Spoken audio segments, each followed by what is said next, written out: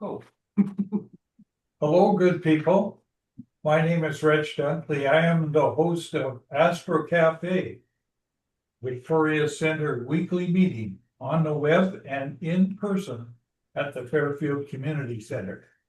Before we get started, I'd like to find out if anybody has some things that they want to contribute for tonight's session.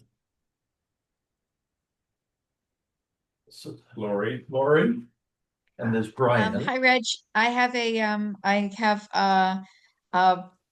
a little thing, PowerPoint for publications. Okay. And Brian, did you wave too? Yeah, Brian too. I'll be your spot. Okay, Brian, you're going to give one or two talks, is it? One. Well, there's a few stops within one talk. Sub talks. Reg, it's Jeff Pivnick speaking. I just want to break in. I'm in the middle of babysitting, so I'm going to stay muted for the next half hour. But I do have a few things I need to say right at the end about next week. Yeah. A few things. And if time, then I will happily talk. It's an ask from everybody. And now, Dave Payne, do you have any astrophotos you want to share tonight? You're muted. Sorry, was too busy with other little projects, Okay. helping to create a video and stuff. I'm going to be showing something tonight myself, and it's going to showcase some of your photos. I was going to call you about it, but never got around to it. So I hope don't mind. That's not necessary. Anyone who wants to use my photos in this group is welcome to. Okay. And let's see. David, do you have any contributions tonight? I'm not sure. Certainly not presentation wise, but I might throw some commentary in here or there. Nothing specific. Okay. Is there anybody else out there that wish to contribute to tonight's session? You've got me on there? I wish to contribute my thanks to Reg for the cookies. Okay, I'll write that down as an item. Okay. Now, You have me in there too? we also have, was it one or two things you want to talk about? One. Okay, so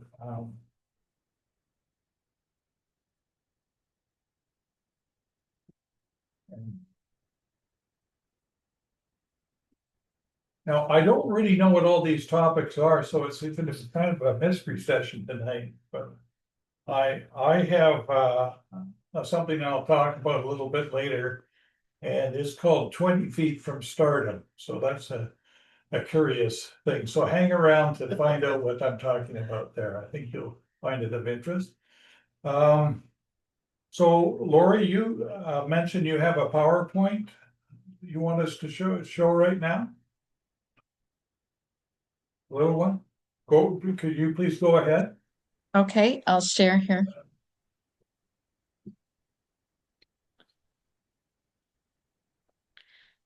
Okay, just a minute. Sorry. Oh. I can't see what I'm doing here. There we go. Okay. All right, so I'm your publications marketer for the RASC.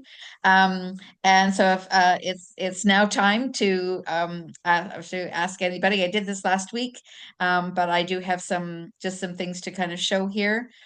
So you can get a 2026 observers calendar this year. Now, obviously, I don't think it came through Canada Post. I think that when it comes through from from the publisher itself, and is given to me. So I don't know whether or not the strike for Canada Post will affect any of this, but I'll let you know if I find out from Jenna. But the RASC calendars will be somewhere between $23 and $25 this year. We have the Night Sky Guide, by Nicole Mortellero. She's not calling it an almanac this year. She changed the name of it. So it's just the Night Sky Guide. And it is will be between 16 and 17 if anybody would like to put their name down for that one. We have the Explore the Universe guidebook itself, which is the one on the left, so to the Explore the Universe, the 3rd edition. And this is a fairly small, I don't have one sitting in front of me here, a fairly small little book, but gives all the information that you need. And then the Explore the Universe guide, a workbook itself, is gives you all the pages and everything that you can put all your information from in order to get the certificate that goes along with this program. This is the first one, really, called the Explore the Universe certificate, and lots of people within our community have this certificate and have done this really well. So that's kind of fun to be able to do this as a beginning. David Lee, did you want to ask a question first before I finish? I do actually. The night guide, is there any benefit in getting it through you? Is that better for the society, or is it just as easy for me to get it at Boland's or on Amazon?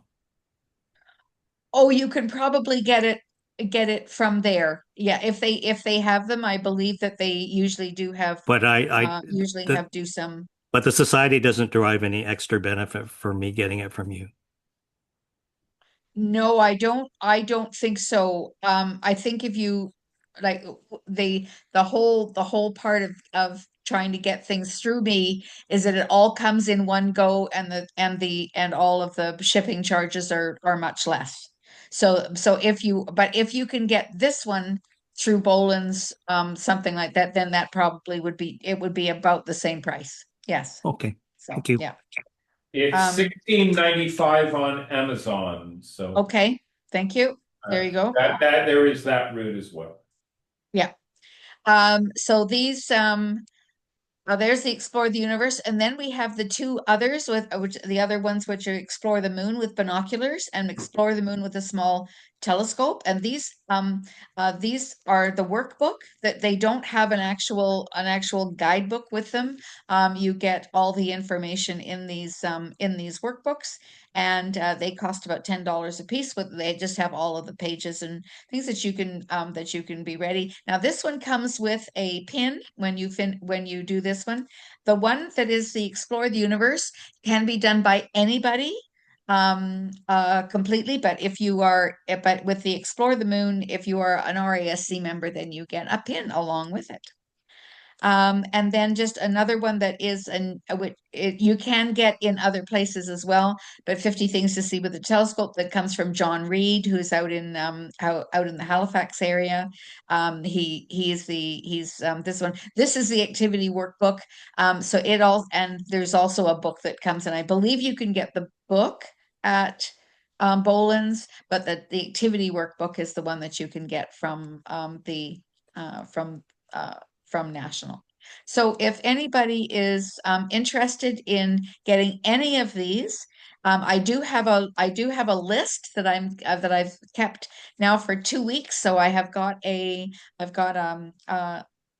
fairly decent set of people. I think I've ordered 35 calendars. I have not ordered any of the other books. I want to wait until I see if anybody would like them. But please let me know by October the 25th. So about another 3 weeks or so. And I've got my email and some phone numbers there if anybody would like to put their name down for any of these. If you know today and you've not already given me your name, got a few people did it last week, then just simply put things in the chat, and I will pick up your response from there. So And thanks, can I- everybody. Sure. And I was just going to say, I checked, Bolin Books has 14 of the night sky guides in stock right now. And again, for $16.95. And that probably is, I mean, if you want one, close up, then that's a good place to get them. Go and see one, Yeah. yeah. Yeah. Thank you. Okay, thank you. Thanks very much, Lauri. Lori, Yes. I had stuff people texting me all at the same time. Can you send out a list or like everything you just showed? Can you send out a bit of an email for all that of what there is available? Sure. Oh, you know what? I just realized I could just watch the replay that Joe sends out every night. I could do Yes, that too. yeah, it'll be on there, but I could put it into a quick email as well. Yeah. Okay, super. Okay, Thanks. thanks, Ben. Good idea. And I do have your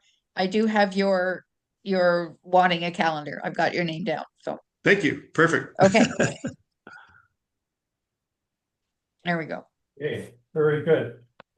Let's go to Brian. Are you ready to give your presentation, Brian? Yeah, thanks, Reg. I'll share screen here. And as I'm doing that, I'll just let folks know that I did a little dry run with the beginner SIG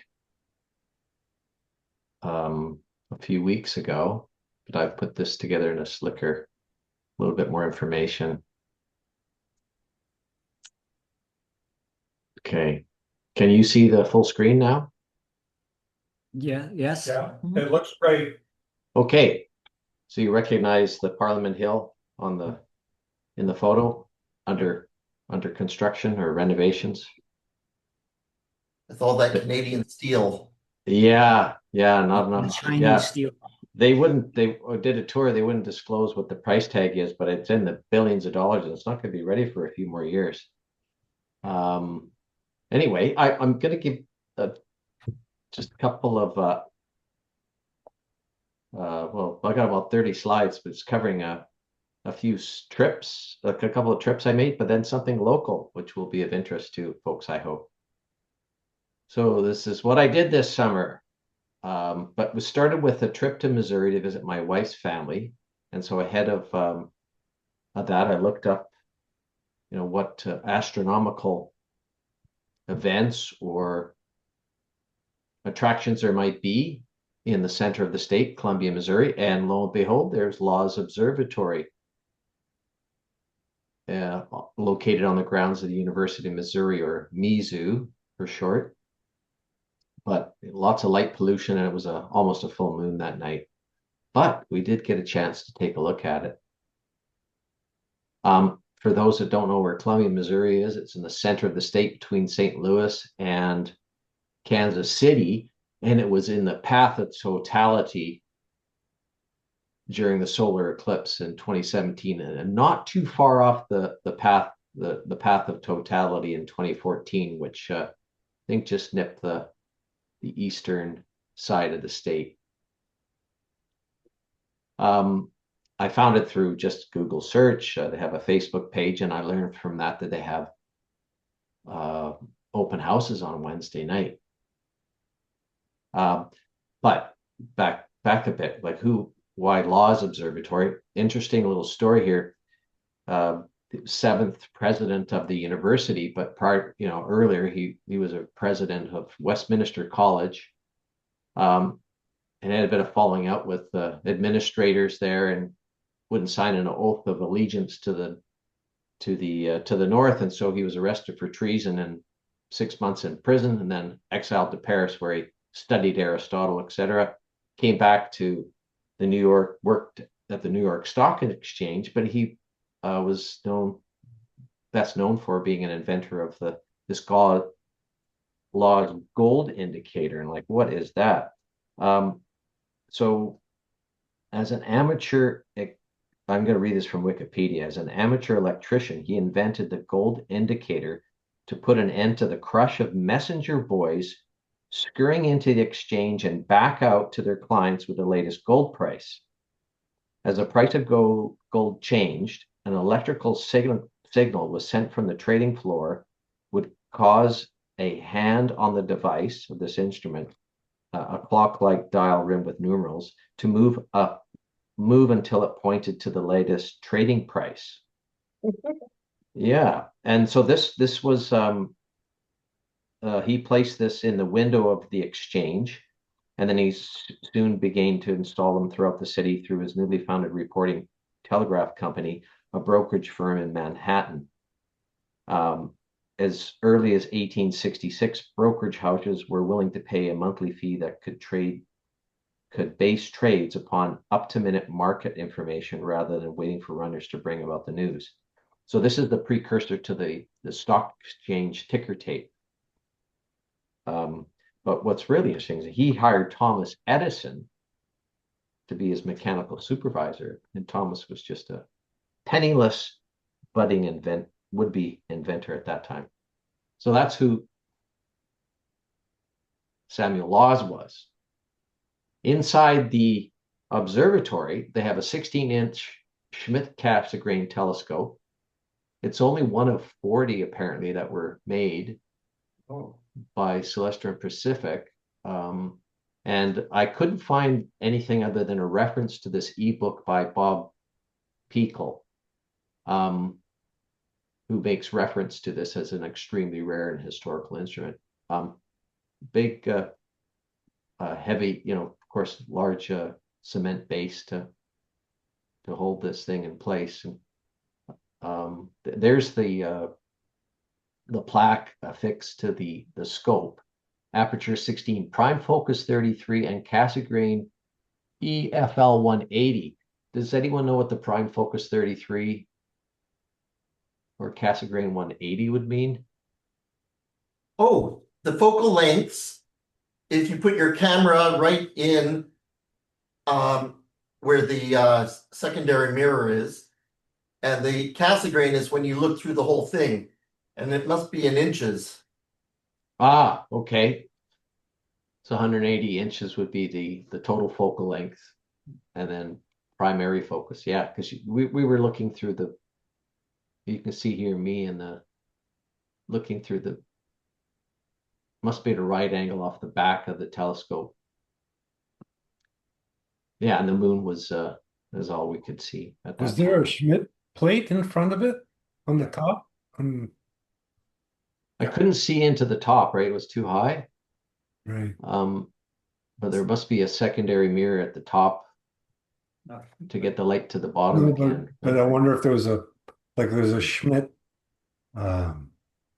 corrector at the front of the telescope.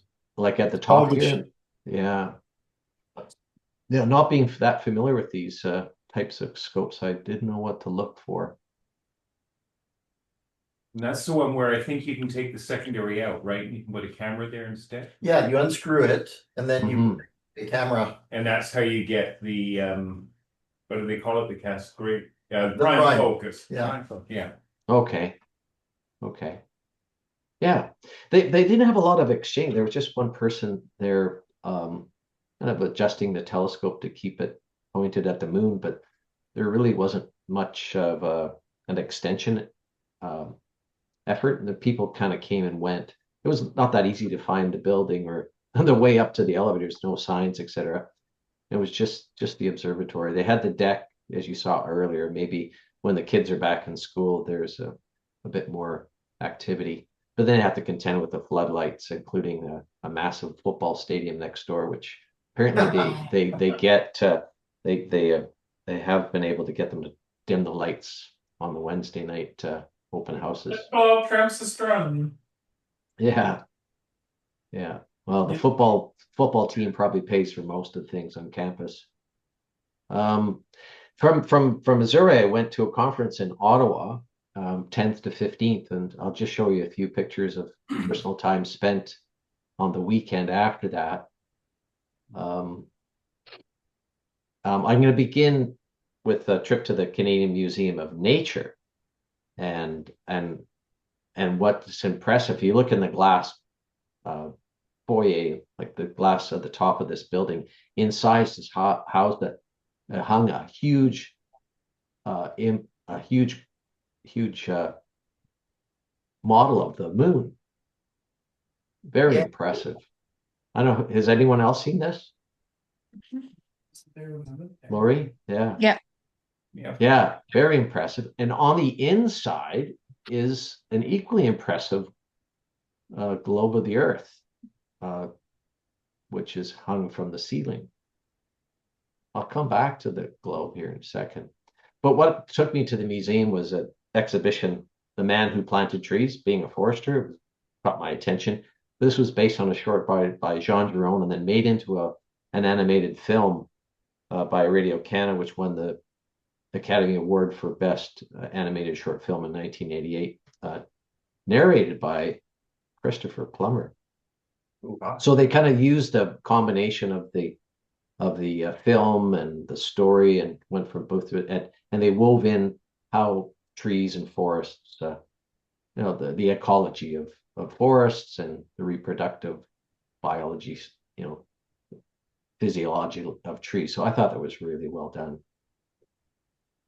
But of course, there's all the other exhibits, birds, mammals. Of course, big hit with the kids was the dinosaurs, and there was a T-Rex movie as well you could watch. But there's the Earth and Space Gallery. Mhm. And so that begins with, the Big Bang and the origins of our solar system and the geology of the Earth. So that was really fascinating.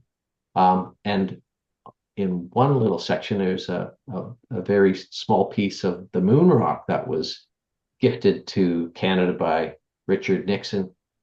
And this piece of moonstone or goodwill rock, because I think they gave this out in goodwill to quite a few different nations, was collected by the Apollo 17 crew in the Taurus Littrow Valley, which is just on the south edge of the Sea of Serenity. And that flag was also carried up in the spaceship. That's a little time. I remember as a kid, I went to Edmonton Museum and got a chance to see a bigger moon rock, but that was probably from the Apollo 11, maybe an earlier mission.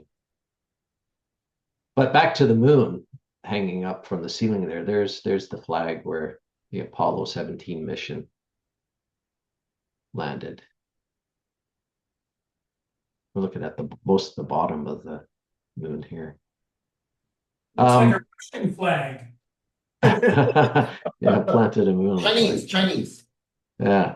So I was in Ottawa, but I was enjoying myself, but I was worried about how I was going to get home because that was the same weekend that Air Canada went on strike and then locked out. So thinking about planes, I thought, well, maybe I should go spend some time at the Aviation Museum. So I rented a bike and rode around town, and then south of town, there's a Canadian Aviation and Space Museum.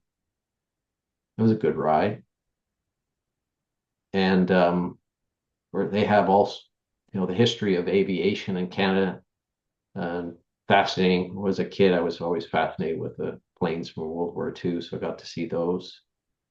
But there's a kind of tucked away on the side I'll come back to the space piece, but a connection to Victoria. On display is William Wallace Gibson's second aircraft engine. He built this by himself. Apparently he made his money in mining, and then he dabbled in aerospace until his wife told him it was too dangerous.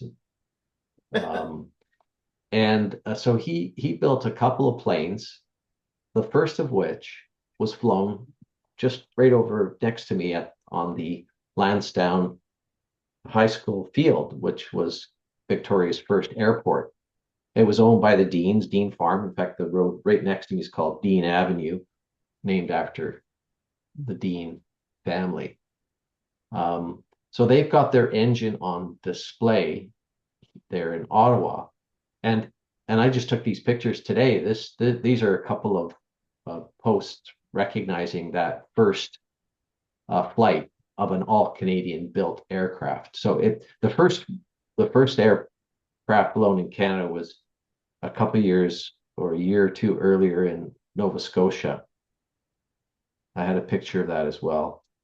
But this one was the West Coast first flight. It's amazing, like several years later, they were flying triplanes and biplanes in the war, manufacturing hundreds a year.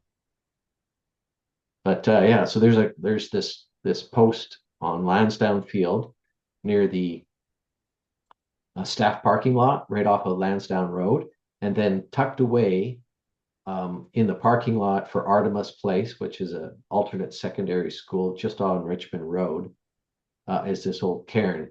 The granite, the red granite on top, still you can see the etching, but you can't see the paint that filled this. Again, both recognize William Wallace's flight.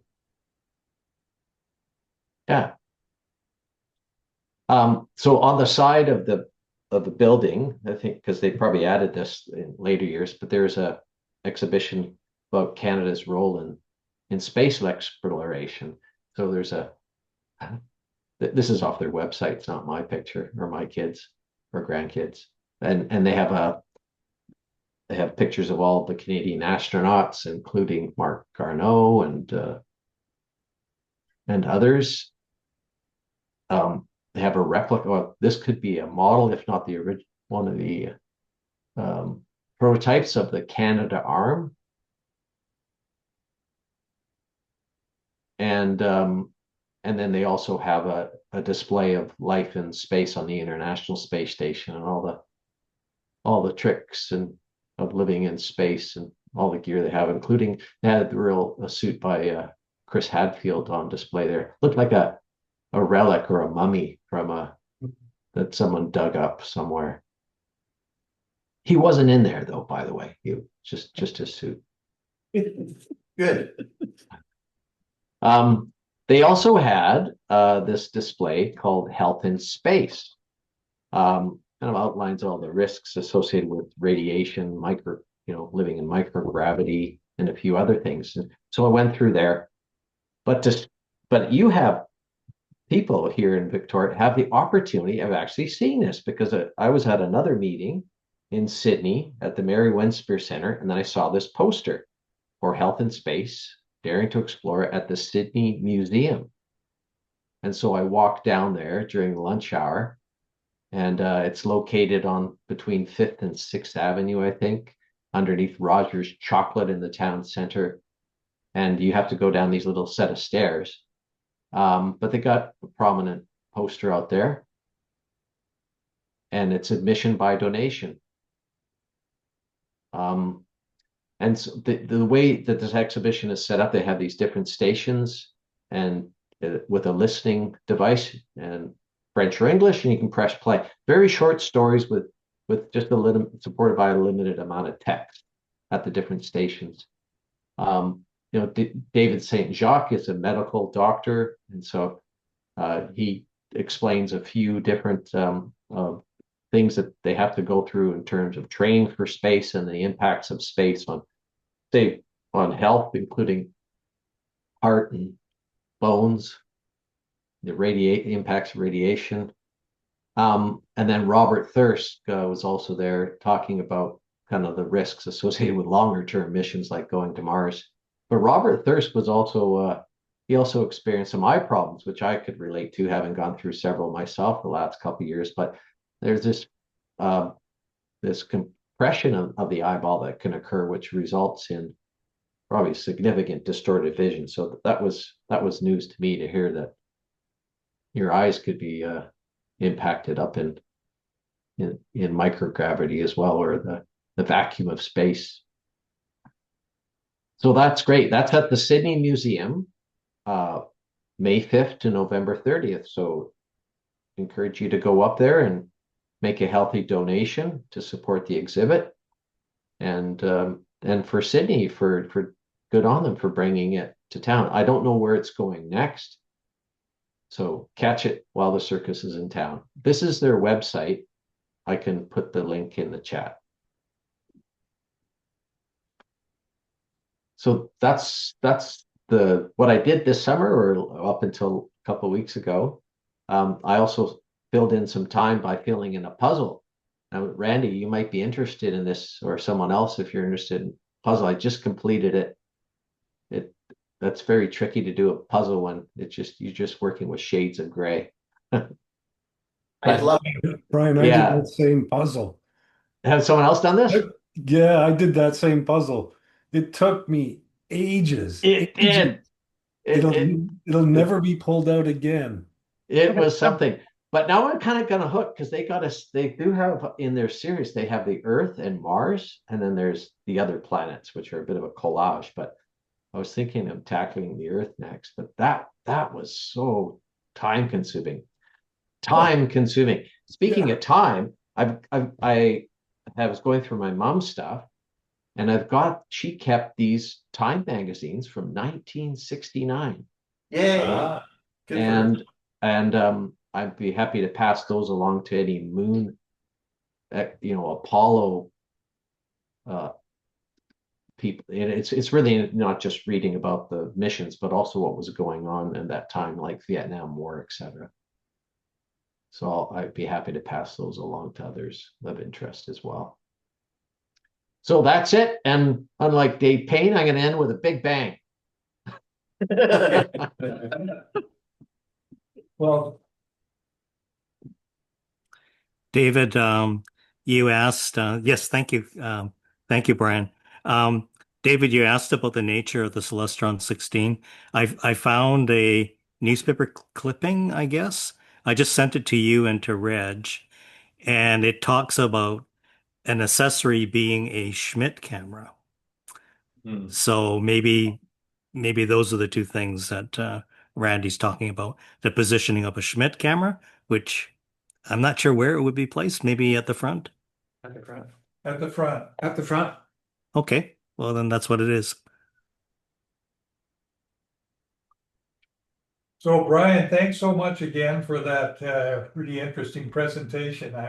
It's amazing that you found this historical milepost right near your home. You had to go to Ottawa to learn about it. Well, I knew about that because I've seen the sign and I've stopped by to where that Lansdowne was our original airport. But in reading a little bit further, I came across reference to the fact that his engine was at the Aerospace Museum, so I actually sought it out. And just so I could bring it back and share it with you guys.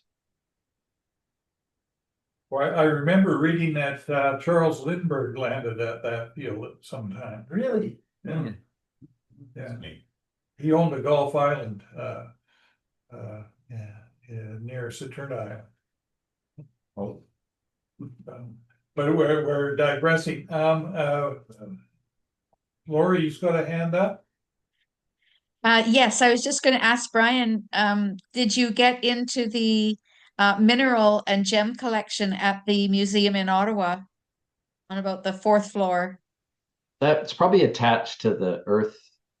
It is part of the Earth Gallery. There was quite a yes. I went through that, Yeah. but not in great detail.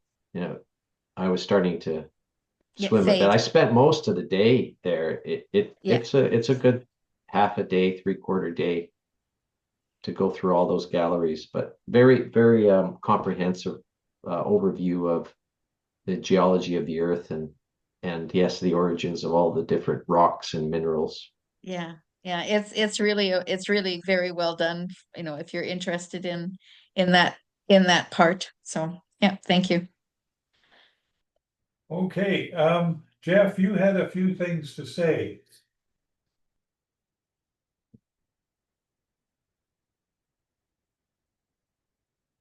He said later. Later. Okay, I'm sorry about that. We'll come back to you later.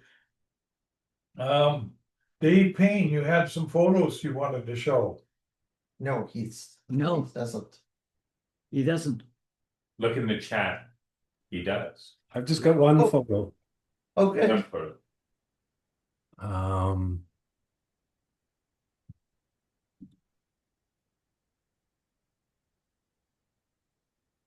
3, 2.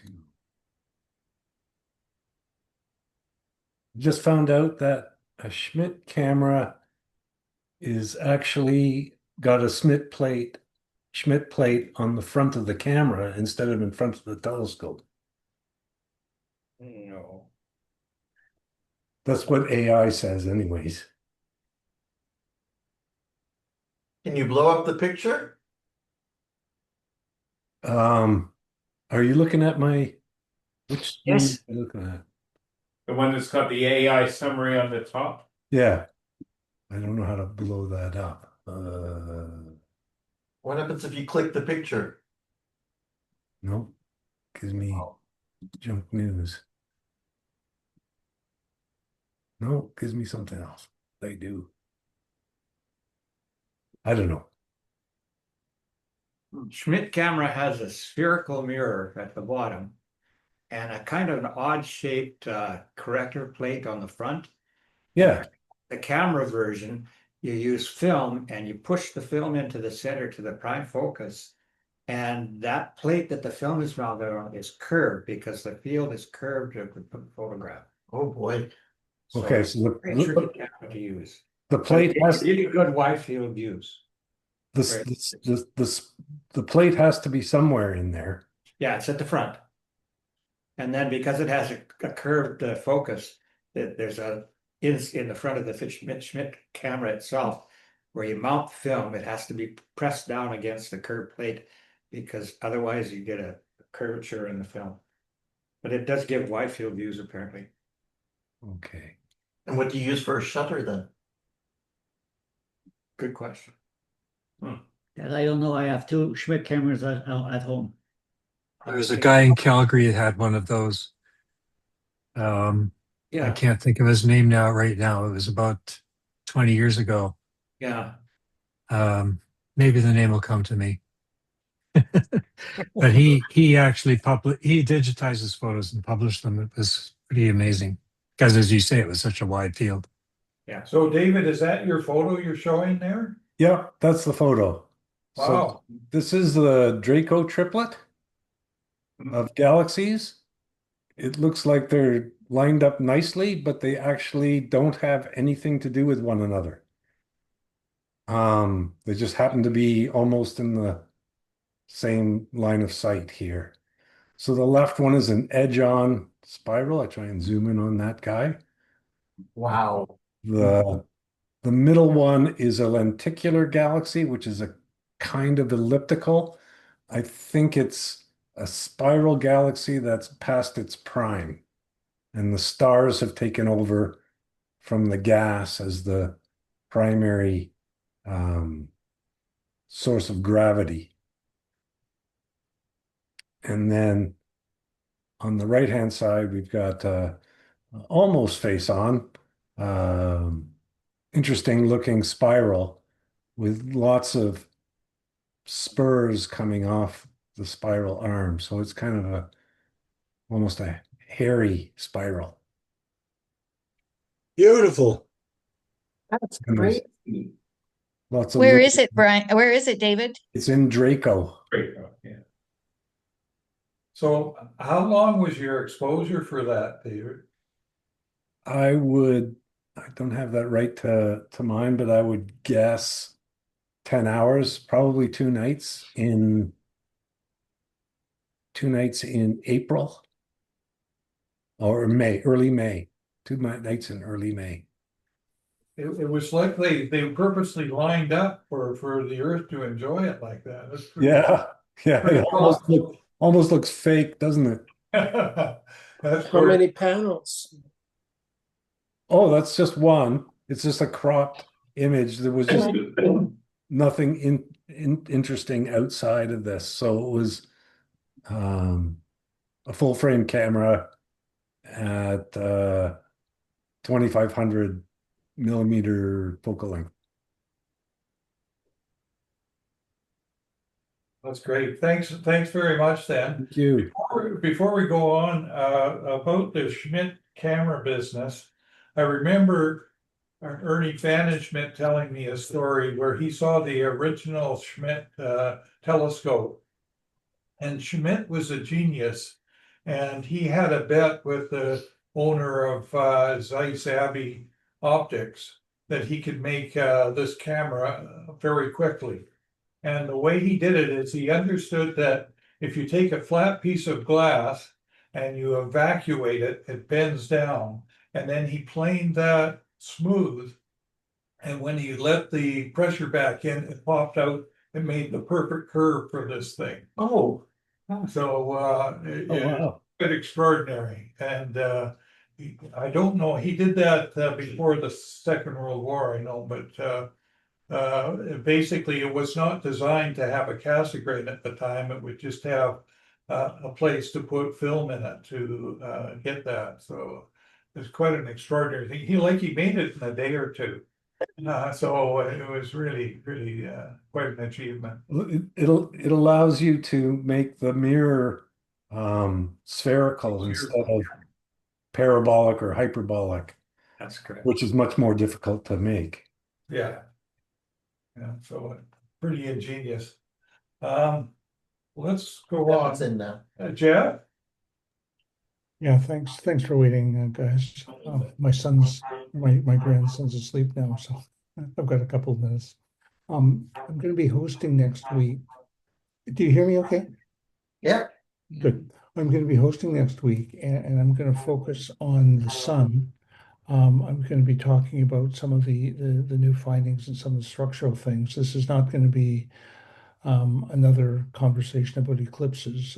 It's going to be looking more at the sun itself and some of the new findings. But as part of that, I know that there's a lot of solar photography that's done, and if any of you can put together photos, especially hydrogen alpha or any other photos showing the sun features, that would be great. And of course, any other photos or any other information is welcome. Just write me or perhaps Chris or Randy, and we'll put that together for next week. Thanks very much. Okay, thanks very much. We'll look forward to that. Then we have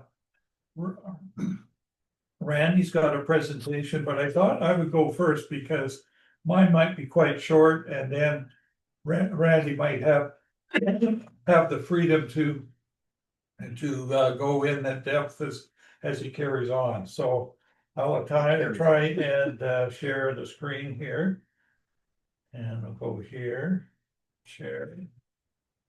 You have an 8-inch and a 12-inch. 12-inch. 8-inch Schmidt camera Mhm. and the 12-inch. Okay, so my topic is called 20 Feet from Stardom. It's Astronomers Forgotten in the Shadows. And I prepared this thing a year and a half ago, and I've been waiting for a pause in the conversation. So this came up tonight and I found. So at any rate, you might know that 20 Feet from Stardom was a stunning documentary that won an Oscar. And it's about backup singers who were phenomenally talented, but just did not have the right circumstances to launch themselves to stardom themselves. And I think this title could be applied to a number of astronomers that played major roles, but were not as celebrated as some others. And I'm going to apply this to first a quiz. Can you name the astronomer who discovered 13 comets, discovered 25 Messier objects, Discovered. and published Messier's list? Hint, it wasn't Messier, right? His name is Pierre Méchain. Maybe somebody else could help me pronounce his name. Méchain. Méchain? Yeah, it was. Okay, so a little bit of a background about this person. Just who is this guy? Whoop. It's not working right. Well, maybe I have I have a problem here. What's it supposed to do? It's supposed to show another screen, but maybe I've got it messed up somehow. I'm just gonna escape out of this for a second. And it looks like I deleted a critical scheme. Oh, So we'll just, I'll weep and carry on. So who is this guy? His father was a plasterer. He was an amateur astronomer, and he ran into a main astronomer named Lalande in France. And he realized that this guy had incredible mathematical gifts, and they got him into a school that was well beyond the means that his family could afford. And he eventually got into a job where he was in the business of hydrometric surveys, and he did a hydrometric survey for France from St. Malo to Dunkirk, and measured all of the coastline for that. So it was a map making thing. After that, there was an interest between the Paris Observatory and Greenwich Observatory to more accurately measure the distance between the two places. And I'll see if maybe I'm getting ahead of myself. So maybe some more information will show up. But at any rate, here's a list of the Messier objects that he identified. The ones in yellow are spiral galaxies, and they're my favorite objects. So almost all of them are my favorite. So I was really pleased. So I took the liberty of going to Zenfolio and grabbing some of them. This is M63, the Sunflower Nebula by Dan Posey. This was taken with the old 14-inch Meade back in 2016. so was Méchain the same time as Messier, or? Yeah, actually, I'll get into that, but basically, Messier was getting all of these images because of comets and stuff like that. And Méchain also, he discovered 13 comets himself, which is almost a record.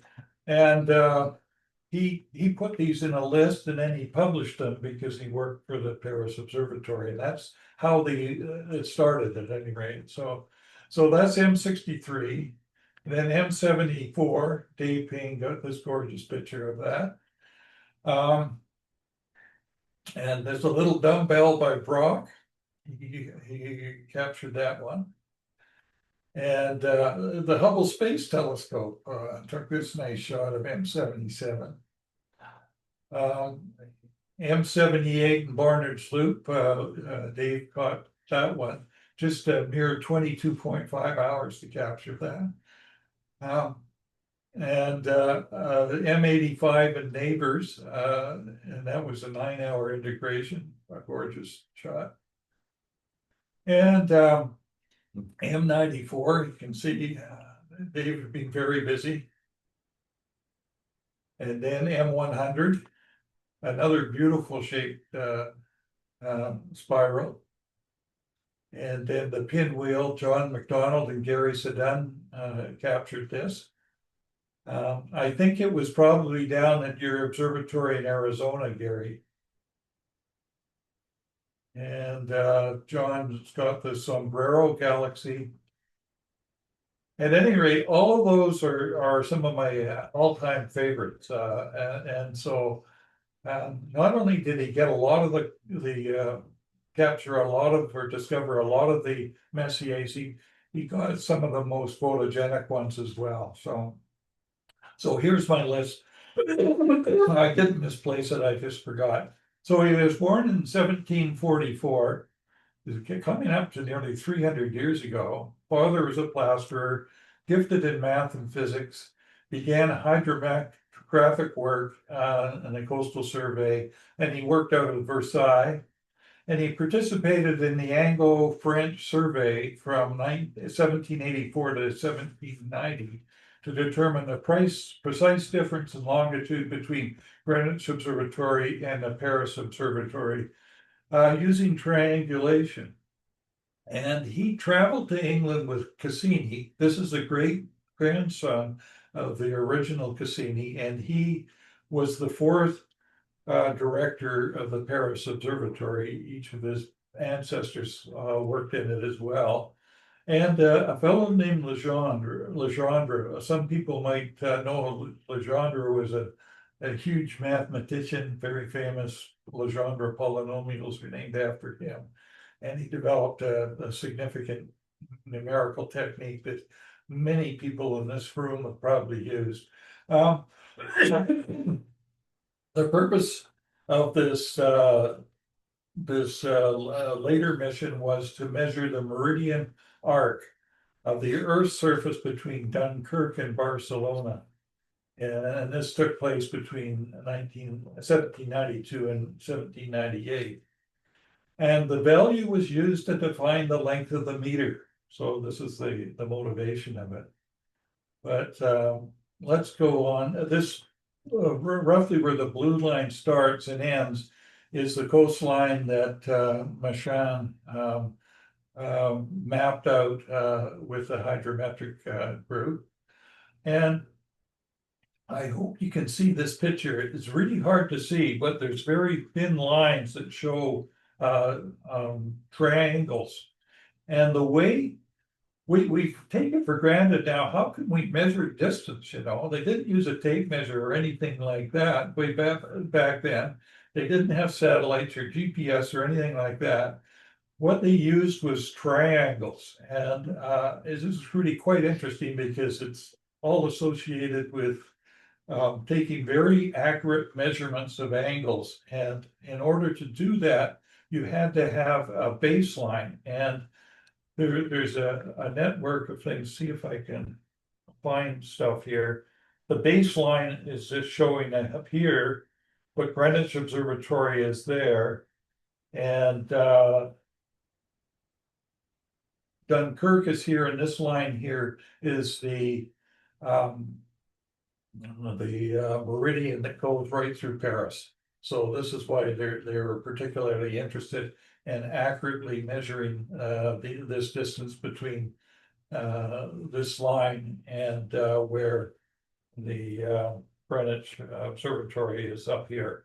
So at any rate, how do you basically, you need to have a very accurate baseline. And so this is the baseline.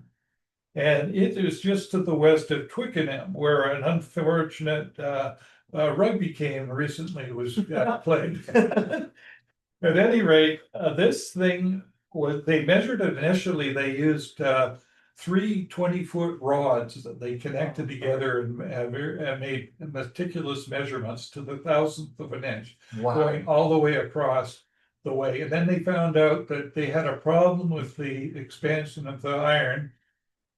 So they instead redid the whole thing using 20 20-foot sections of glass and stuck them all together and redid this.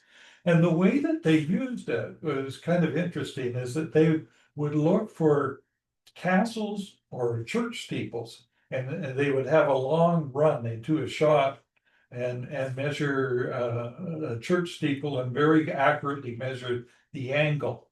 And if you noticed here, a lot of you people have actually possibly crossed this baseline, because these two yellow lines here are the runways of Heathrow. Yeah. Oh, yeah. So we've had an association with that.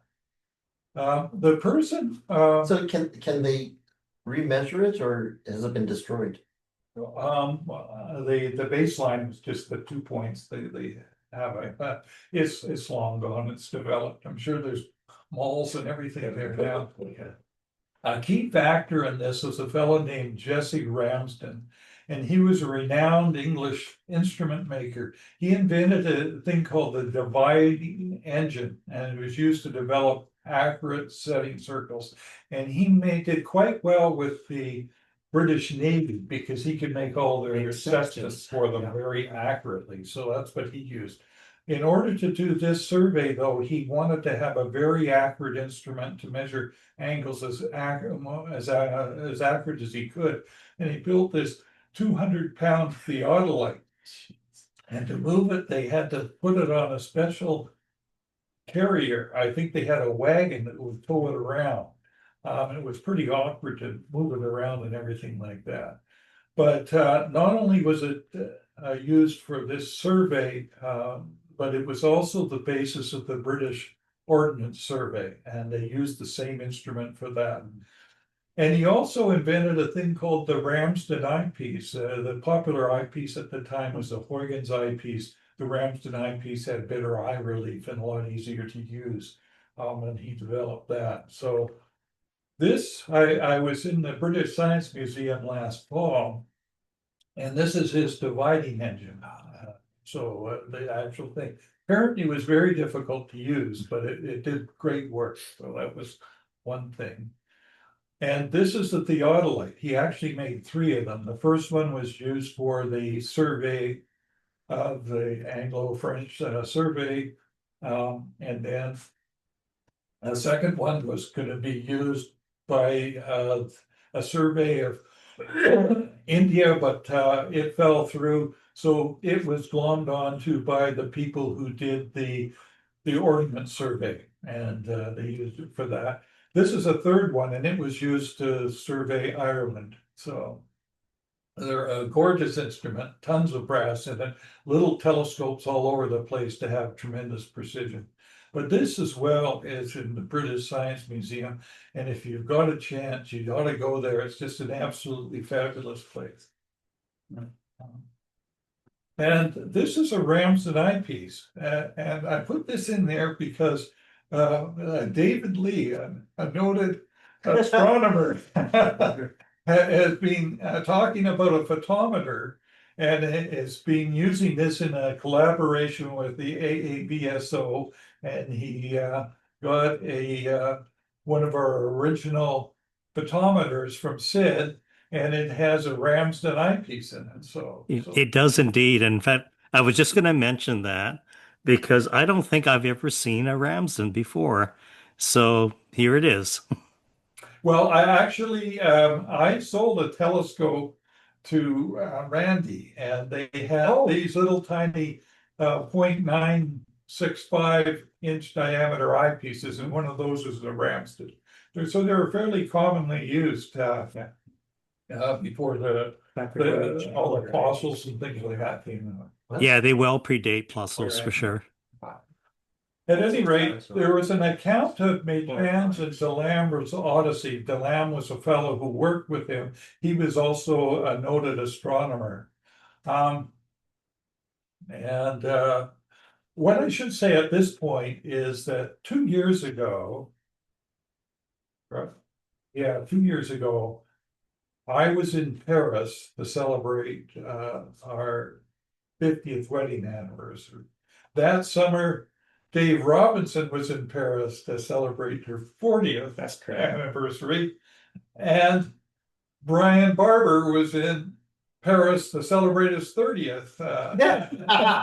So the planets align, sort of thing. So there's a sequence there. So this is one reason I kind of got interested in that. Trip to Paris was magnificent, although it was way too short.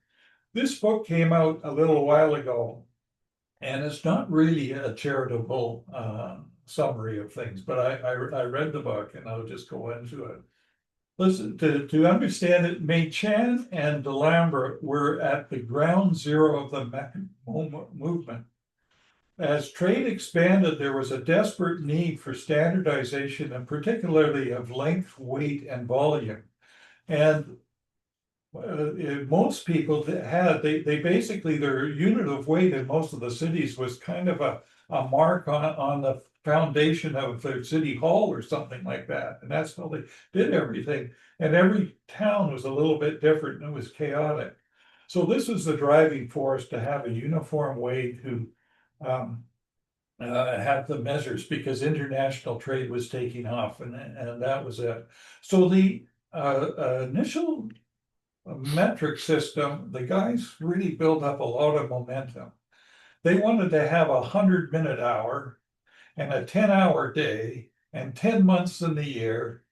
And instead of having 90 degrees in a right angle, they wanted to have 100 degrees.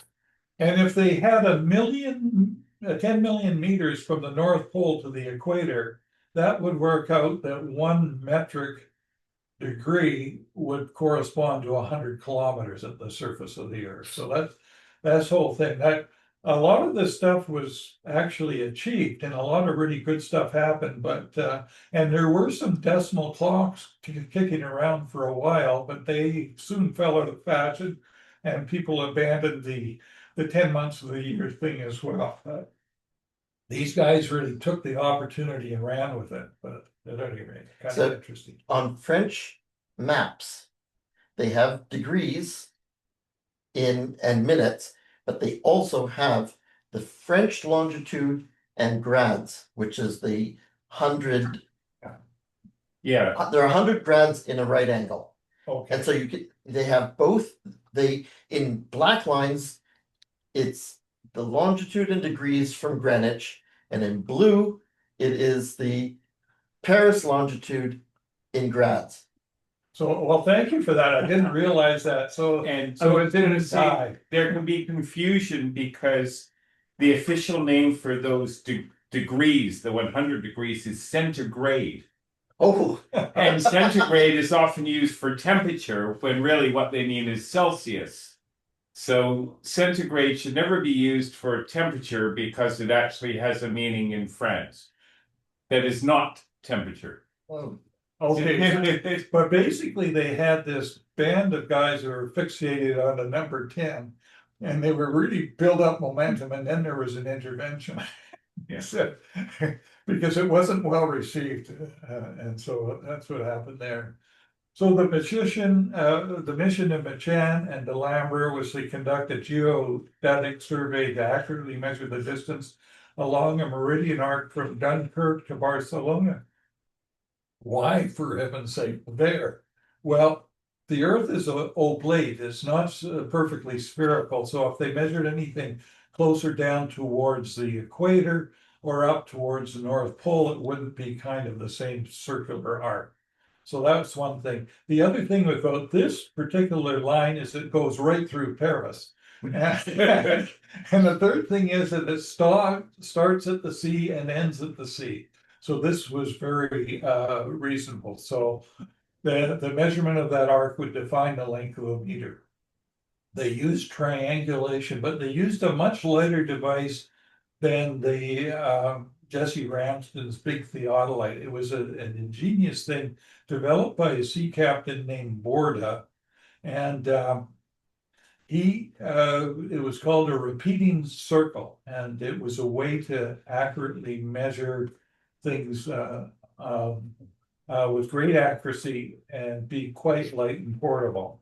And I won't go into any gory details about this, but the one interesting thing about Borda was that he was a naval captain, and he was active in the American War of Independence, and his ship was actually sunk. So he escaped from that. So he had an interesting background of himself. So what happened was Delambre headed north from Paris to Dunkirk, and Machan headed south from Paris to Barcelona. So now I didn't realize at the time, but astronomy is dangerous. Now, to get this, Delambre's first measurements, he was going on a mission north of Paris to a little town, I think it was Saint Denis. It was a little village north of Paris. And he had made arrangements that they were going to put a light up on a parabola in the Montmartre area. That's a raised area of Paris. And he was going to look for that and make measurements on August 10th, 1792. But he didn't have it, but they noticed to the right, there was some sort of light going on. And that was the night that they set fire to the Tuileries Palace, which was right next to the Louvre. And there was an invasion, and all sorts of soldiers guarding the king were killed and all this sort of stuff. So it was actually one of the eruptions of the French Revolution. They seem to have a lot of boil ups and stuff like that. But this was kind of a critical time. And the people who were supposed to light the light said it would have been suicidal for them to light this Oh. on that night. So what happened was that Delambre, he traveled in a couple of fairly nice looking coaches, and people noticed them, and then they were very suspicious, and they thought that this guy was either trying to get out of Paris and escape, or else they looked in there and they saw this gear and all these telescopes and all of this really nice fine brass machine stuff, and they thought it was either a weapon or something to spy with. And he ended up being in the middle of this big town, the town square, and over 1,000 people were there. And the only thing that he had to try and get out of this mess was that he had 14 royal decrees that allowed him to, by the authority of the realm, that he was on this mission and everything like that. And these were not received very well because they were already there in the middle of a revolution. And he was in pretty serious trouble. And they were almost going to lynch him up at that point, but there was some intervention. And he had to read each of these letters out to everybody to show that they were all the same letter. And they had nothing to do with anything except the survey. And one of the things that probably saved his bacon was that the mission of this was to standardize measurement. Because some of the people in the crowd identified with that, and they said that a glass of beer was smaller in Paris than it was in their town. So they had some sympathetic ears in that point, and he eventually got out of that thing. Meanwhile, Machan, he went south to Barcelona, and along that route, a very long process to get there.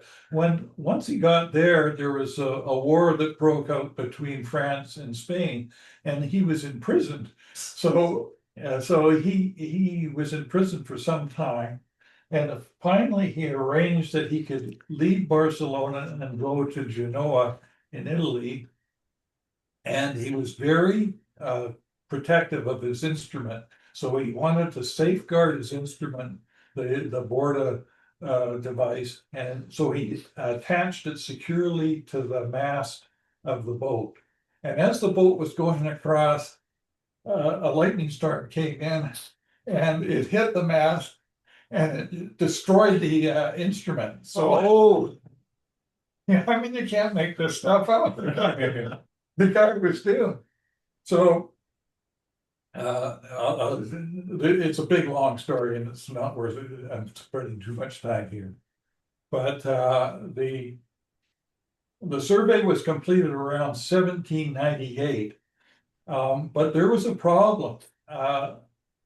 This guy was very fastidious. Machan could not let any problem go.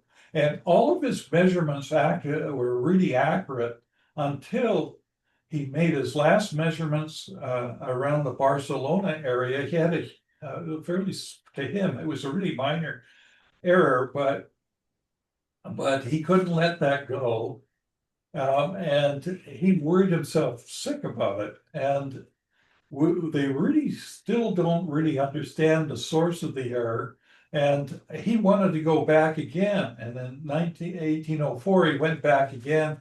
And he went to the island of Mallorca or near there.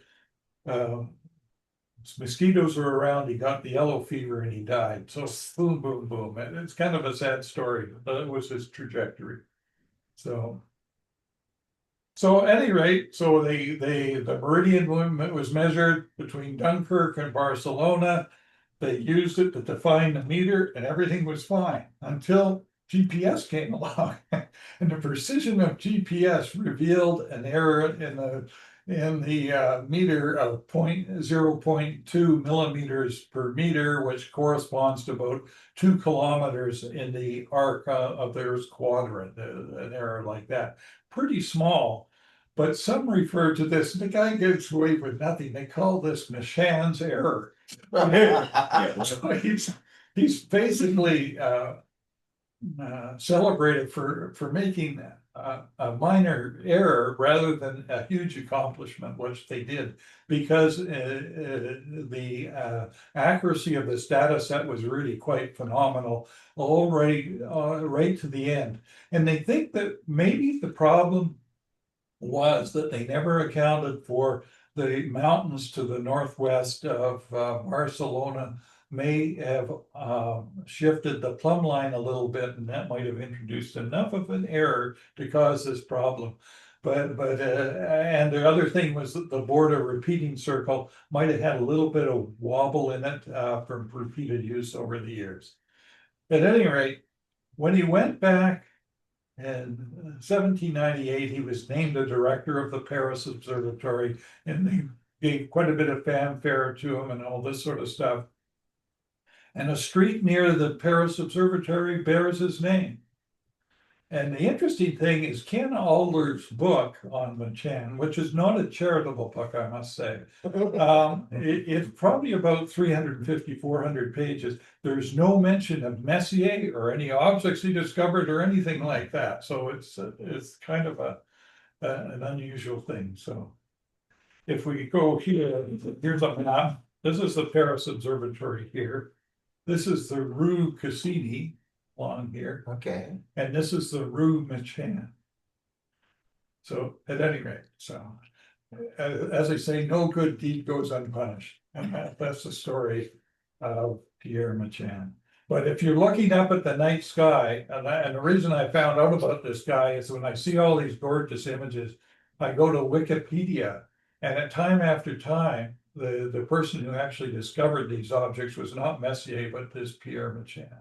So thanks for going down my rabbit hole. And I'll leave this there. That was wonderful. And Dave, you put your hand up? Okay. Yeah, I just you were talking about measuring angles, and I just wanted to let everyone know of a little program I found. It's called a theodolite, and you can download it to your iPhone or iPad. I don't think it costs very much money if there is a charge, but you can point it at an object in the night sky, and it will tell you the altitude. Wow. Based on the sensors in the camera and the angle that you're pointing the camera to look at it. So that's really handy if you've got an Altaz mount for your telescope. Well, And the other thing it's good for if you stand in one spot and measure where you're going to set up your telescope and measure the horizon with any trees or buildings or anything. You can get an understanding of not when an object or a planet is going to be above the horizon, but you convert that to when it's going to be above your local horizon. I'm gonna have to check that out. That's great. It's called satellite. So Michael Webb is holding up something. Have you got a book there you're looking at, Michael?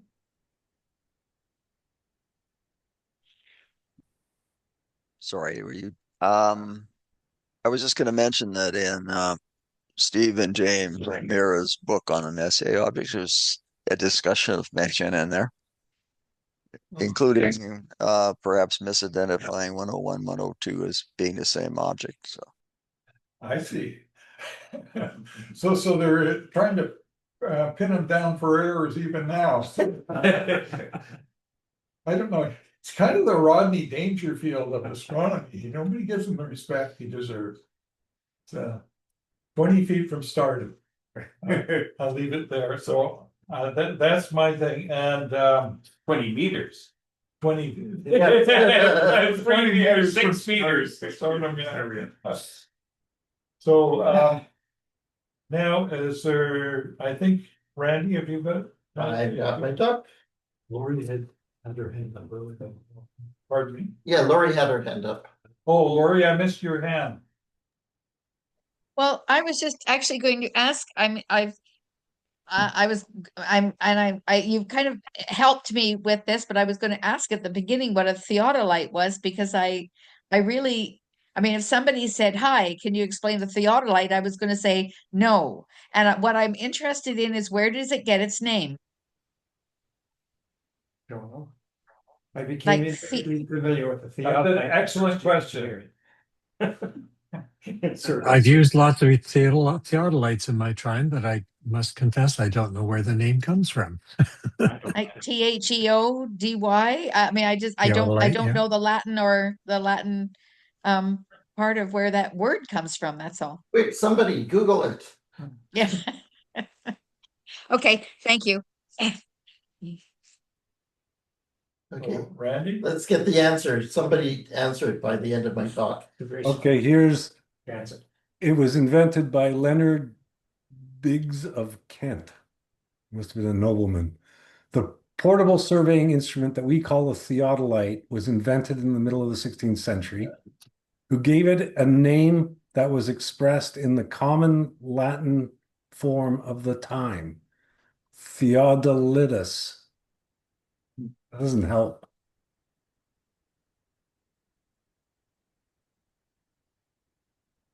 That still doesn't help me. No, it doesn't help. Okay. I guess I'll go have to look up my Latin in my Latin books. There we go. I have to find this one. Okay, here we go. If I go F5, does it work? How about if I do this? Very good. Okay. So these are a couple of pictures done by an amateur astronomer of a binary star called 61 Cygni, and they were taken 3 years apart. And those stars are something like 30 arc seconds apart from each other. So what do you see? Is there anything surprising about these two pictures? They're moving against the background. They must be pretty close. They are moving because They're moving together. they're moving together. So it's a binary star. They're gravitationally bound, and they're moving quite rapidly. It's one of the fastest proper motions in the sky. And my book that I'm working through here at Astro Cafe, it's chapter 2. So my first talk was about Polaris and how the geometry of the sky looks like it's going around the star Polaris. And this author decided that the second chapter should be this star that I guess I heard about, but I certainly didn't think it was so very important. But indeed, it is a very important star, and we're going to find out about that. So this is a picture of John McDonald's. It's beautiful. He talked about how it was done with his modified camera, and he did a bunch of time visual and a bunch of time infrared, or red, I guess. And it's of the summer triangle, and you can see the Milky Way kind of going along. You can see these beautiful red splotches, but that's not what we're interested in right now. I just want to talk about first of all, the summer triangle. So we have Altair and the Eagle, and you've got those 3 stars there that are, I think that's the head of the Eagle, and Vega, which is in the Lyre. And then over here in the Swan, Cygnus, is Deneb. And Deneb kind of goes right along the Milky Way. And it's the tail. So you've got these wings. And it's way easier to see when you don't have all these dim stars in the way.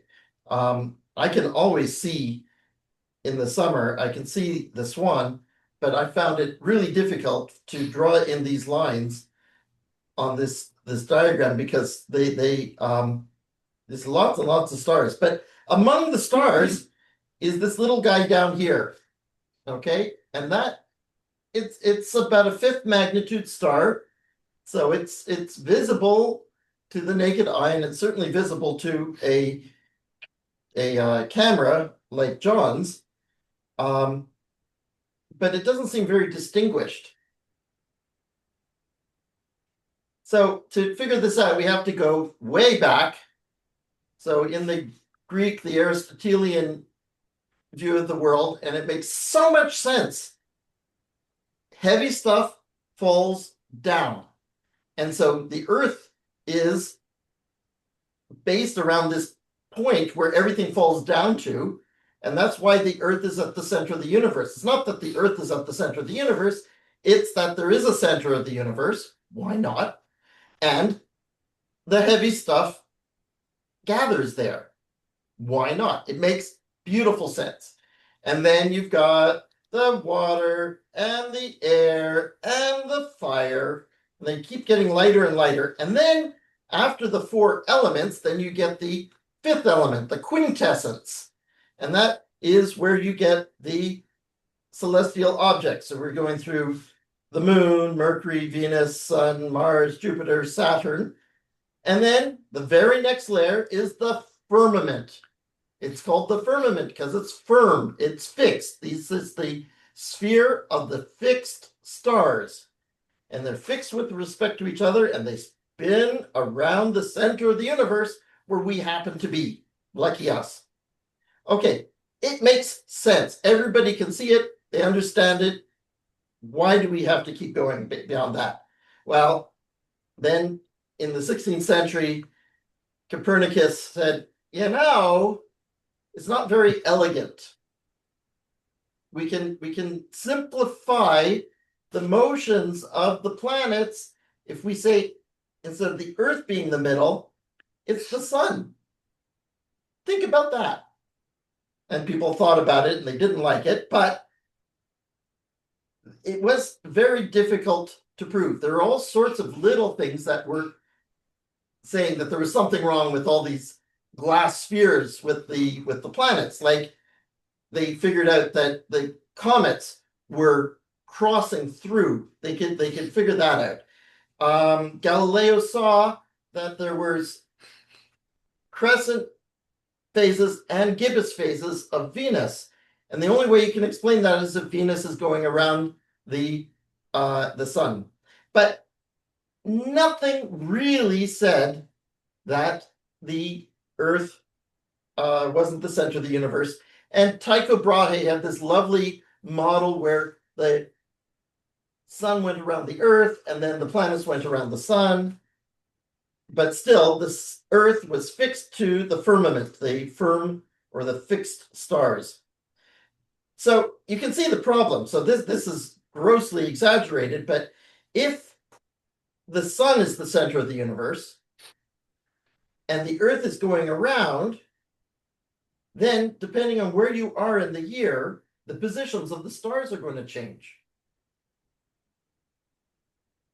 So this is where whenever somebody gives a talk about parallax, he says, okay, everybody, put out your arm, put up your thumb. Okay, come on. Out there in video land, you got to do it. Everybody here. Okay, now close one eye and then switch to the other eye. And what you see is the position of your thumb against the background far away moves.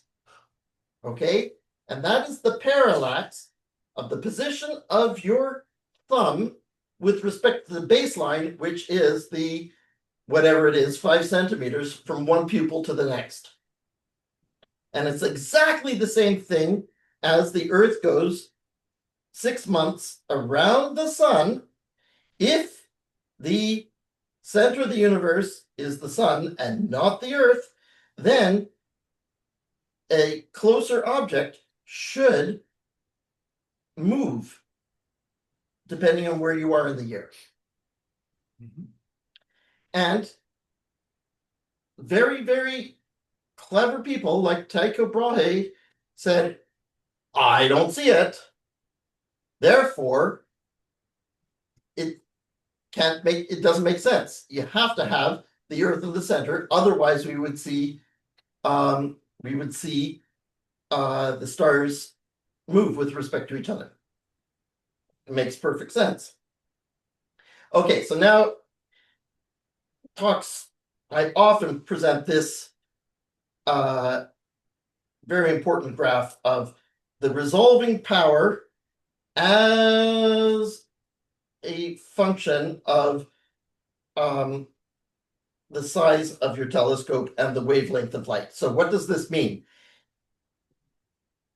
Things that are very close together look like a single point. And it's the only way to what they call split a binary is to either look at different wavelengths. So you look at with smaller wavelength, higher energy light, or get a bigger telescope. And so with your human pupil, you're down here. You're the finest details that you can see is in the tens of arc seconds. So you have a degree divided by 60, or arc minutes divided by 60 is arc seconds. And just in terms of the moon, you can see things that are about 100 kilometers apart. You can't see things that are down at 10 kilometers without a telescope. Okay, now let's say that there was this visible parallax of, say, 100 arc seconds. I calculated it out, and the definition that you use is that if you have from a day in the year to 6 months later, if you see a parallax of 1 second of arc, that means the object has to be 1 parsec away. And that works out to be about 3 light years. Okay, so if you had something so close that it had this easily visible parallax of, say, 100 arc seconds, it would still be 150 times the distance from Saturn. And nobody in the day was thinking that the stars were even that far away. They figured you have one crystal sphere after the other. It's not going to be, so many times more than the distance from the furthest away object that they know about, which is Saturn. So that was the issue. But telescopes got better, and the thoughts about the universe got more sophisticated, and things changed. So Copernicus was in the 16th century, but we have to go a couple hundred years to start doing these huge catalogs of the stars. John Flamsteed, who would become the first astronomer royal in Britain, he did this 4,000 star catalog, and he called this particular star 85 Cygni. Why not? But then after that, then James Bradley, with a bigger telescope, said, "Whew, look at that. It's actually 2 stars. That's fine." And then in 1783, there was a new catalog by the French philosopher, astronomer Lalande, and it gets called 61 Cygni. So the 61st star in the constellation of the Swan. And then in 1792, the Italian astronomer, he was a very, very careful observer, and he was really keen to look for planets. And he first discovered Ceres, the first asteroid. He was the first person to see a new planet after the ancients knew about all the planets out to Saturn. Ceres was the first asteroid, but at the time they thought it was a new planet.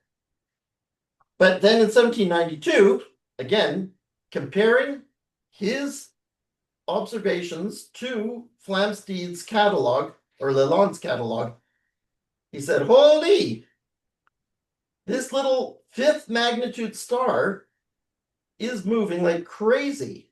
And then he confirmed it in 1804, and when that got published, it got called Piazzi's Flying Star.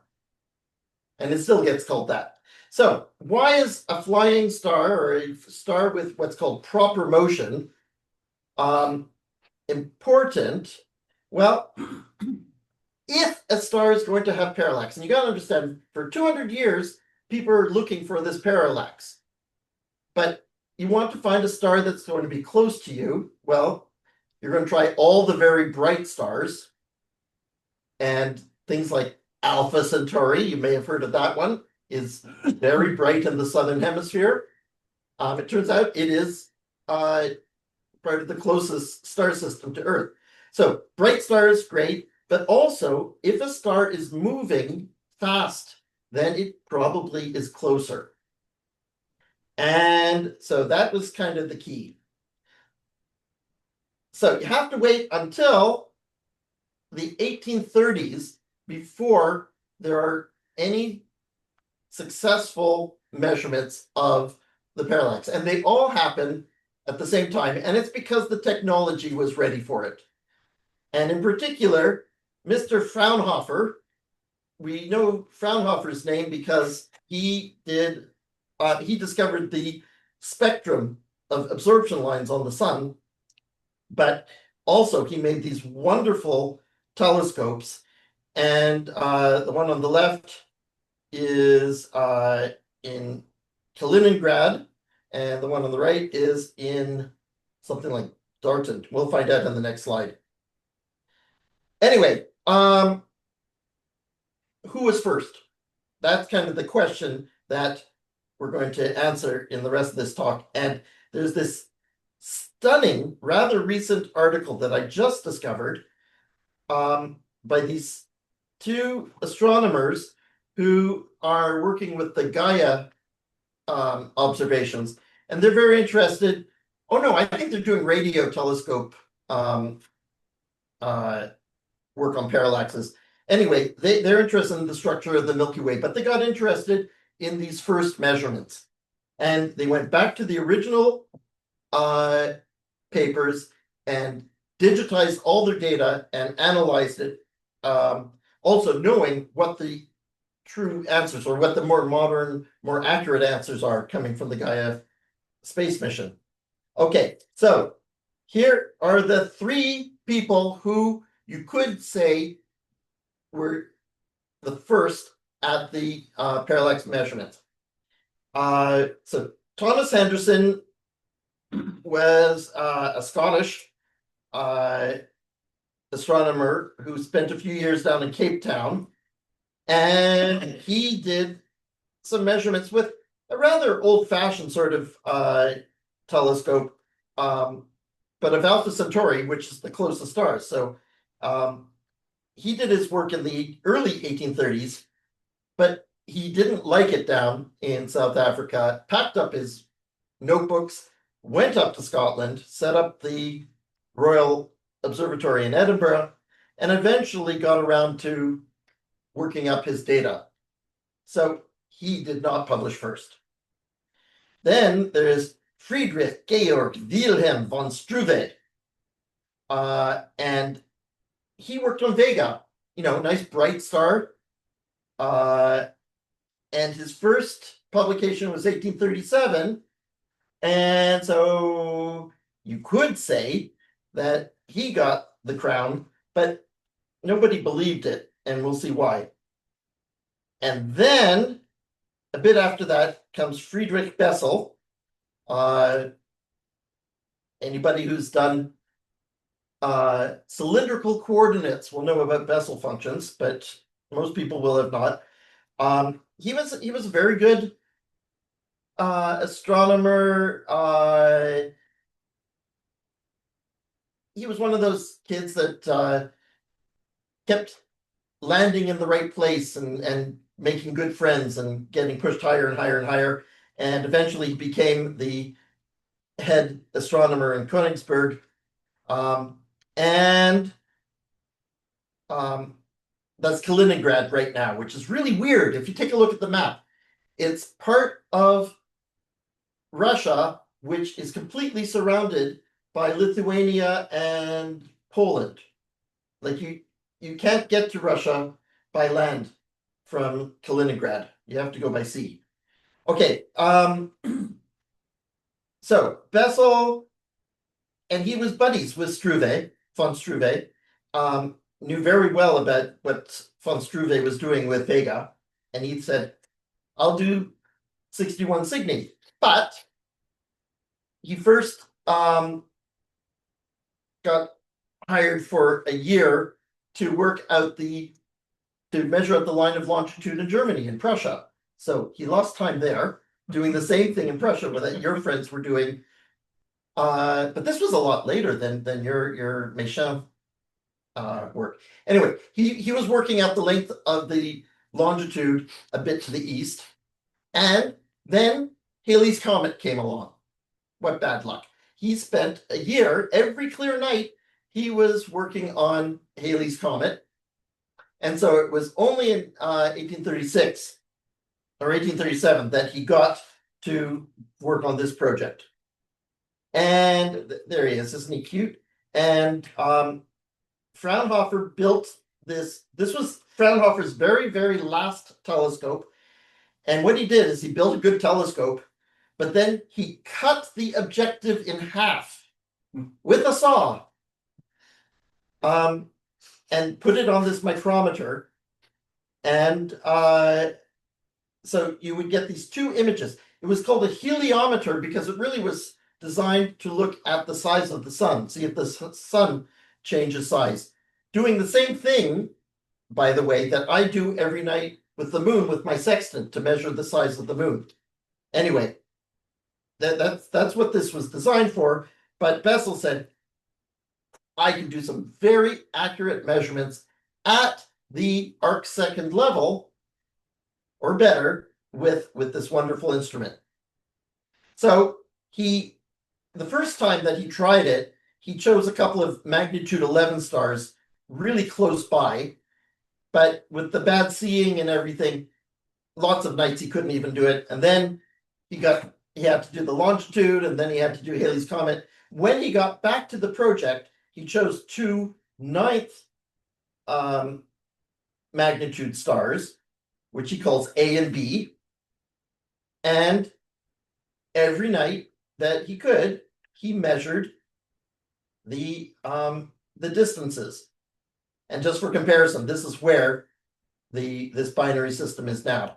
So in 200 years, it's gone half the diameter of the moon. That's useful to know.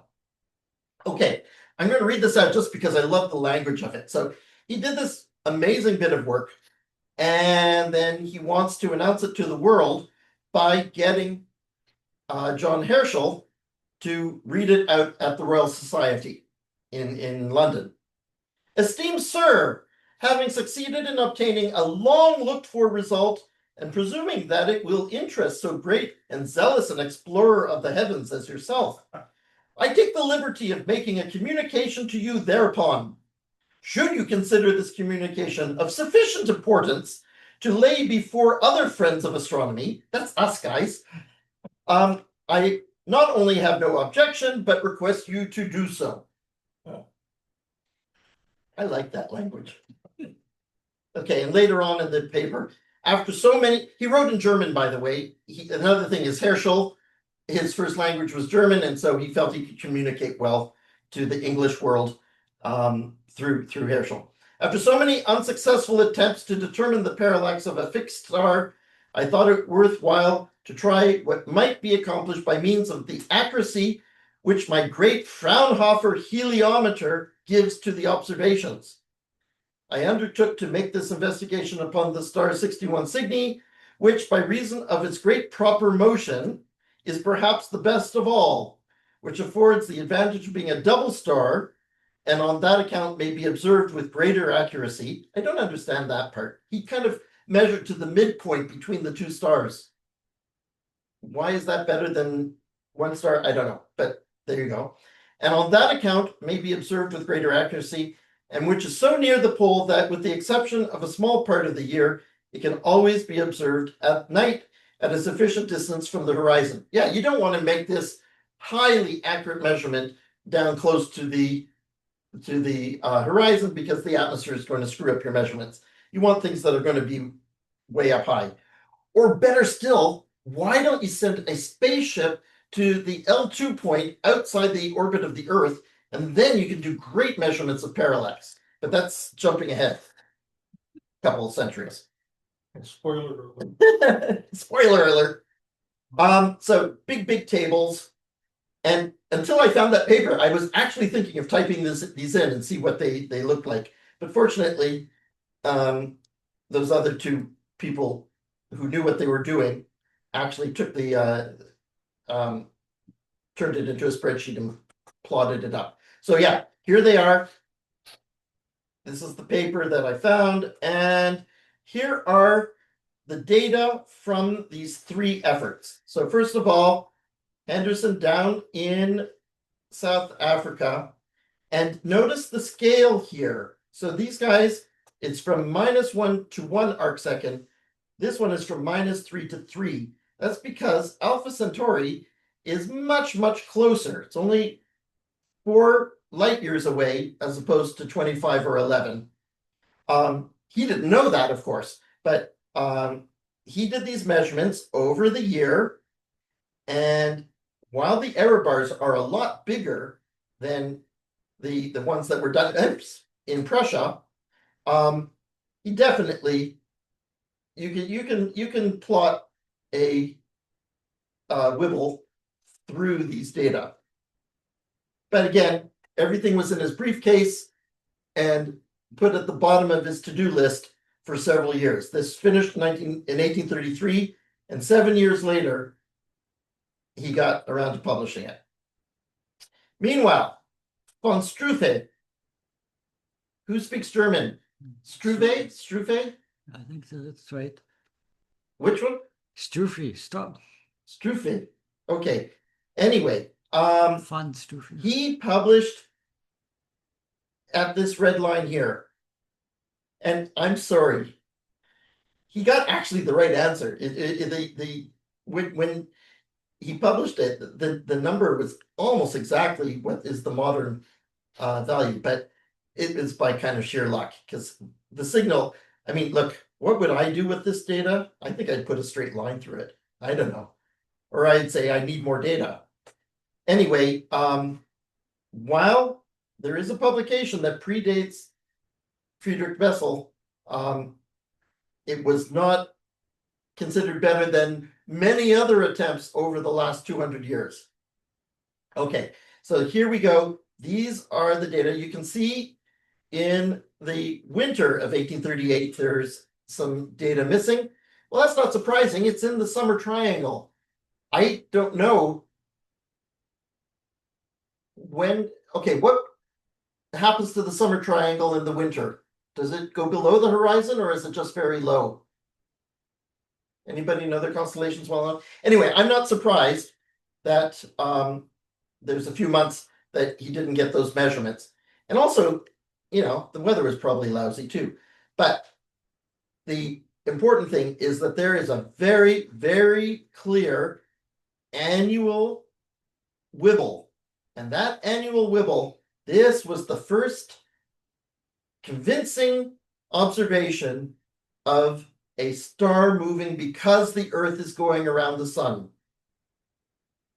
And just to compare, this is what Gaia, the amazing European Space Agency astrometry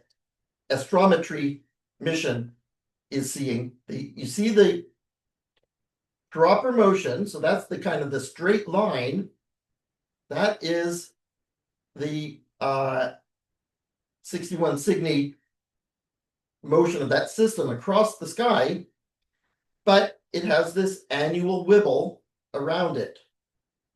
And it was Reg last week or the week before who said, that is pretty cool because the last photograph that was sent to Earth from Gaia was of 61 Cygni.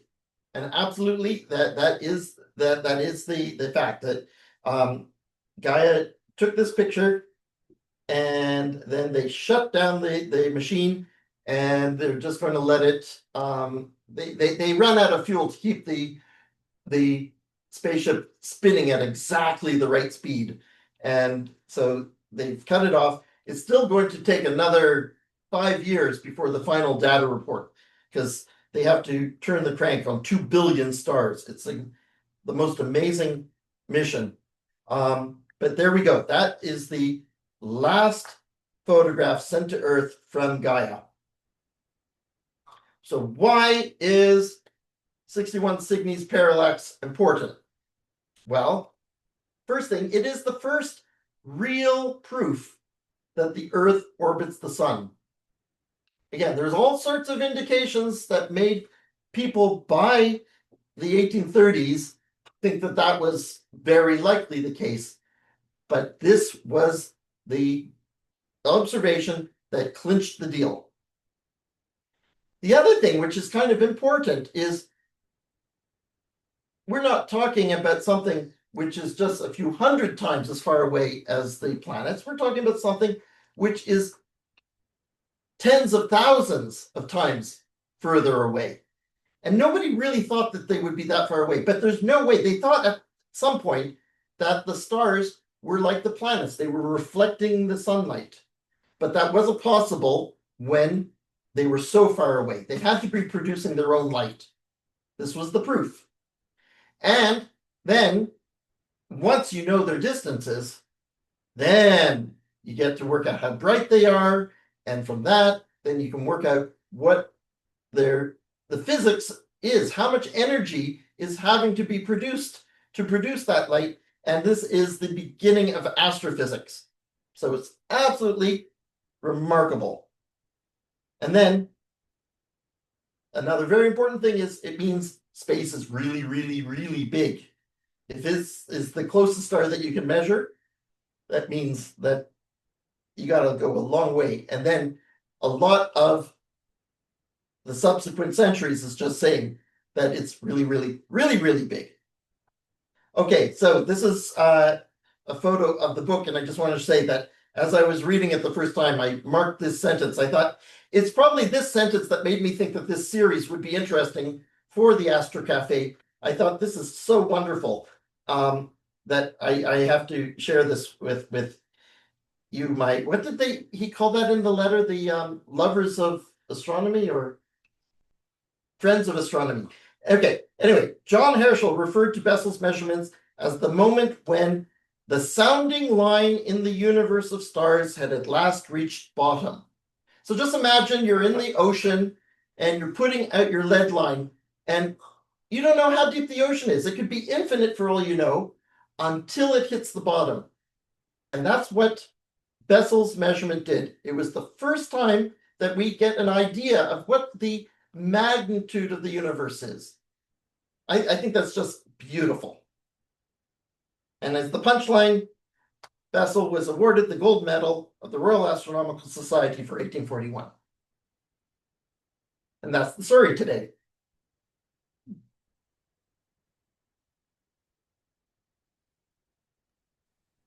Very cool. Or warm, as the case may be with stars. The other Fraunhofer telescope used a very different idea. It had two lines in the eyepiece that you could move, and it was illuminated. And what they used was spider web thread, because they wanted something that was strong and thin. And so, and you can move the wires with a micrometer, and You mentioned all that noisy data. Getting back to Machan and DeLorme's data set, that generated a lot of interest. And it was Legendre who developed a method of least squares to analyze that data. okay, because the people, there's two astronomers that reworked the data with computers.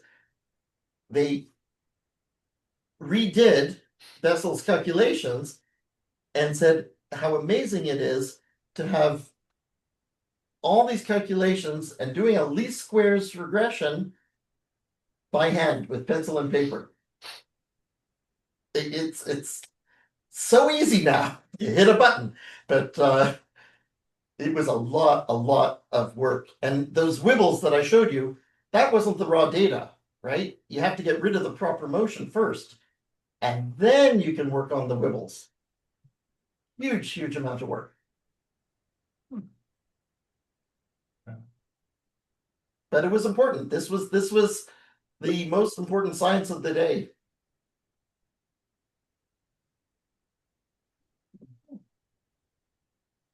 Okay, I guess the host has got to do a timeout here. Has anybody else got any comments or questions?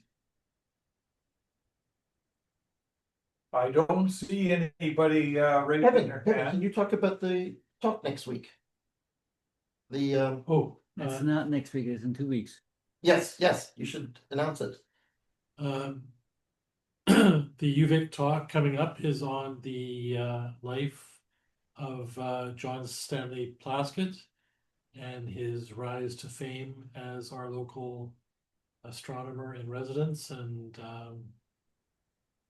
yeah, it's a very good show. And it's Nick Versteeg. I think so. Nick Versteeg, yes. Yeah. In fact, tell your friends. Yeah. Yeah.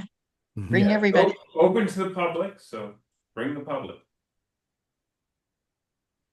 Okay, that's 2 weeks from now, is that correct? That's right. Yes. Okay, Yes. thanks for. Second Wednesday.